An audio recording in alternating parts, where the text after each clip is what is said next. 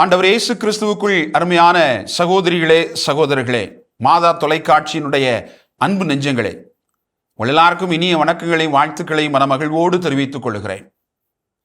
அன்புக்குரியவர்களே, ஆண்டவர் இயேசு தன்னுடைய சீடர்களுக்கு மட்டுமல்ல, உலகத்தில் வாழுகிற எல்லா பிள்ளைகளும் அவருடைய சீடர்களைப் போல வாழ்வினுடைய பல நெறிகளை கற்றுக்கொள்ள வேண்டும் என்று ஆண்டவர் ஆசைப்பட்டார்.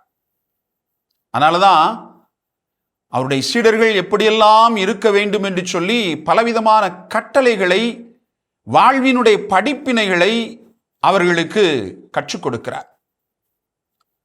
பழைய ஏற்பாட்டு காலத்திலே இருந்த சட்டம் கண்ணுக்கு கண், பல்லுக்கு பல். ஒருவன் உனக்கு தீமை செய்தான் என்று சொன்னால் அவனுக்கும் நீ அதே தீமையை செய்ய வேண்டும். இதுதான் பழைய ஏற்பாட்டு காலத்திலே நடைமுறையில் இருந்த சட்டமாக இருந்தது. ஆனால் அதற்கு மாற்றாக ஆண்டவர் இயேசு ஒரு புதிய வாழ்வியலை தன்னுடைய சீடர்களுக்கு கற்றுக் கொடுப்பதை பார்க்கிறோம். ஒருவன் உன்னுடைய வலக்கன்னத்தில் அறைந்தால் இடக்கண்ணத்தையும் காட்டு. ஒருவன் உன்னை ஒரு கல் தொலைவிற்கு வர சொன்னால் நீ 2 கல் தொலைவு போ. கேட்பவர்களுக்கு நீங்கள் கொடுங்கள். தீமையை நன்மையால் வெல்வதற்கு முயற்சி எடுங்கள் என்று ஆண்டவர் கற்றுக் கொடுப்பதை பார்க்கிறோம். என் அன்புக்குரியவர்களே, உலகத்தினுடைய யதார்த்தத்தில் இப்படி நாம செய்ய முடியுமா என்கிற கேள்விக்கு ஆண்டவருடைய வாழ்வு மிகச்சிறந்த உதாரணமாக, அதன் வழியாக தன்னுடைய சீடர்கள் நிறைவாய் கற்றுக்கொள்ள வேண்டும் என்று ஆண்டவர் விரும்புகிறார்.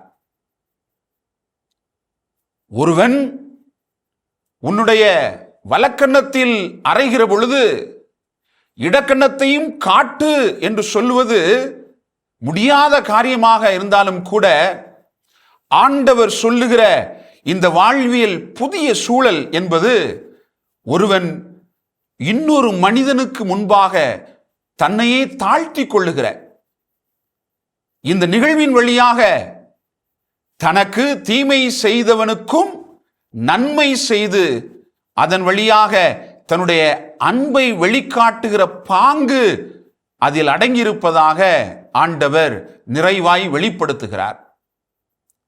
என் அன்புக்குரிய சகோதரிகளே, சகோதரர்களே, தீமையை நன்மையால் வெல்லுகிற பொழுது, தீமை செய்பவர்களை நீங்கள் அன்பு செய்கிற பொழுது, தீமை செய்பவனுக்கு நீங்கள் நன்மை செய்கிற பொழுது, ஒருவேளை நமக்கு தீமை செய்த அந்த மனிதன் இவருக்கா நாம் தீமை செய்து விட்டோம் என்று வெட்கி நாணி தலைகுனிந்து தன்னுடைய தீமையான அந்த செயல்பாடுகளில் இருந்து மீண்டு வருவதற்கு நாம் செய்த இந்த நன்மையான செயல் நிச்சயமாக ஒரு உதவியாக இருக்கக்கூடும் என்கிற நோக்கிலே ஆண்டவர் இயேசு தன்னுடைய சீடர்களுக்கு கற்றுக் கொடுப்பதை பார்க்கிறோம்.